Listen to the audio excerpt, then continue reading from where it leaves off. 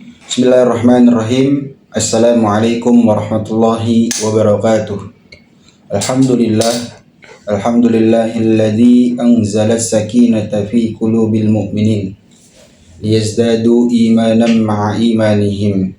Asyhadu an la ilaha illallah wahdahu la syarikalah wa asyhadu anna Muhammadan abduhu wa rasuluhu la nabiyya ba'da.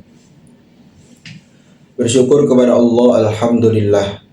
Bersalawat kepada baginda Nabi besar Muhammad. Allahumma sholli ala sayyidina Muhammad wa ala ali sayyidina Muhammad.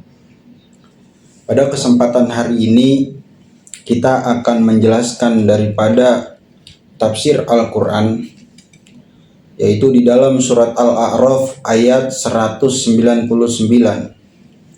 Mungkin dengan kita memahami daripada Al-Qur'an tersebut dan ayat tersebut, kita semakin cinta kepada Al-Quran dan kita dapat memahaminya dengan baik. Amin ya rabbal alamin. A'udzubillahi minasyaitonirrajim. Bismillahirrahmanirrahim. Khudhil afwa wa'mur bil urfi wa'arid 'anil jahilin. Yang artinya, jadilah pemaaf dan suruhlah orang mengerjakan yang ma'ruf serta jangan pedulikan orang-orang yang bodoh. Jelas di dalam surat ini terbagi menjadi 3. Yang pertama, khudhil afwa, yaitu jadilah sifat pemaaf. Lalu yang kedua, wa amaru bil urfi, perintahkanlah kebaikan. Lalu yang ketiga, wa a'rid 'anil jahilin, dan berpalinglah daripada orang-orang yang bodoh. Dari 3 tersebut, hari ini kita pelajari dengan baik dan kita simak baik-baik. Yang pertama, khudhil afwa, jadilah pemaaf. Pemaaf bagi siapa? Bagi semua orang dan umat muslim di muka dunia ini.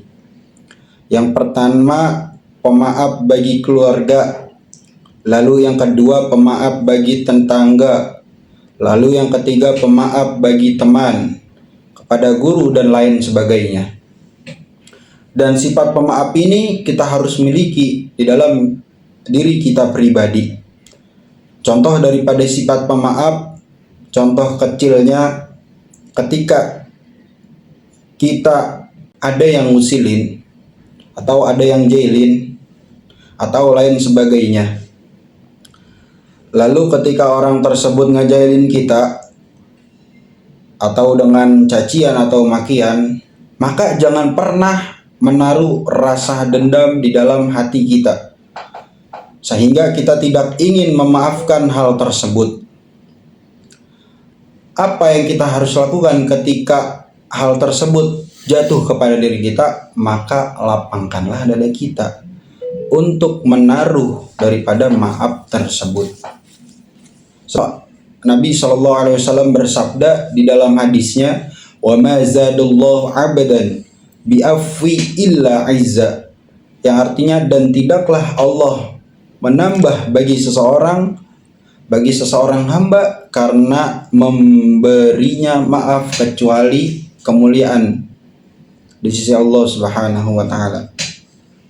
Nah, itu di dalam hadis Nabi besar Muhammad sallallahu alaihi wasallam tentang pemaaf. Lalu yang kedua, wa amaru bil ma'ruf, dan suruhlah atau ajarkanlah seseorang untuk berbuat kebaikan.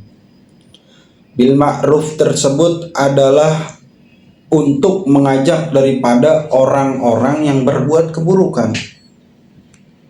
Contoh daripada bil ma'ruf yaitu ketika ada teman kita atau orang lain pun yang melakukan daripada keburukan, maka kita harus menjadi bil ma'ruf, menjadi orang yang berbuat kebaikan dan mengajak teman ataupun saudara dan lain sebagainya untuk kita mengajak kebaikan. Dan dari contoh bil ma'ruf yaitu ketika ada teman kita yang sering mabuk atau main judol, kalau bahasa sekarang tuh main judol seringnya. Nah, kita ajarkan untuk teman kita yang sering bermain judol atau sering mabuk tersebut kepada ranah kebaikan. Maka kita kasih tahu pelan-pelan, hai fulan, bahwasannya ketika engkau minum khamr itu haram. Lalu ketika engkau main judol itu haram. Karena ketika kita main judol itu dinamikanya dimainkan oleh admin. Jadi walaupun kita pertamanya menang, otomatis yang belakangnya pasti kita akan kalah terus. Jadi tidak ada yang kaya lewat judol tersebut, yang ada akan miskin. Nah, kita beritahu apabila ada seseorang atau teman kita yang sering berbuat hal seperti itu. Itu contoh daripada wa amaru bil ma'ruf. Lalu yang ketiga, wa a'rid 'anil jahilin, yaitu berpalinglah daripada orang-orang yang bodoh. Nah, sebagaimana yang dikatakan di dalam mahfuzat, adun akilun min sodikin jahilin, ya, musuh yang pandai itu lebih baik dibandingkan teman yang bodoh.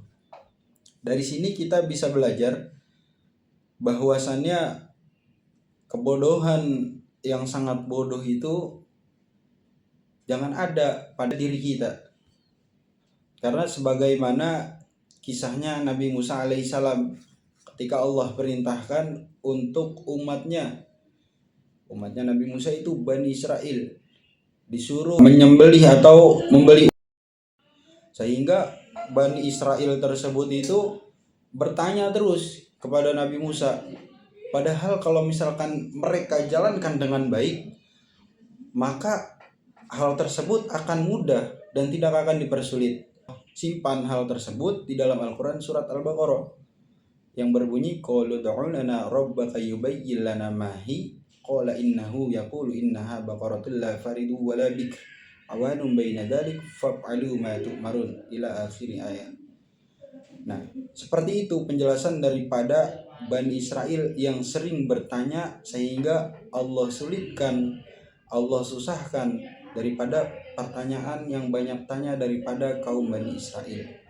Mungkin itu saja penjelasan dari saya daripada 3 unsur tersebut. Yang pertama, uzil afwa, jadilah engkau pemaaf, wa amaru bil urfi, dan ajarkanlah orang-orang berbuat ma'ruf, dan yang ketiga, wa a'rid 'anil jahilin, dan berpalinglah daripada orang-orang yang bodoh. Wallahu a'lam bishawab. Assalamualaikum warahmatullahi wabarakatuh.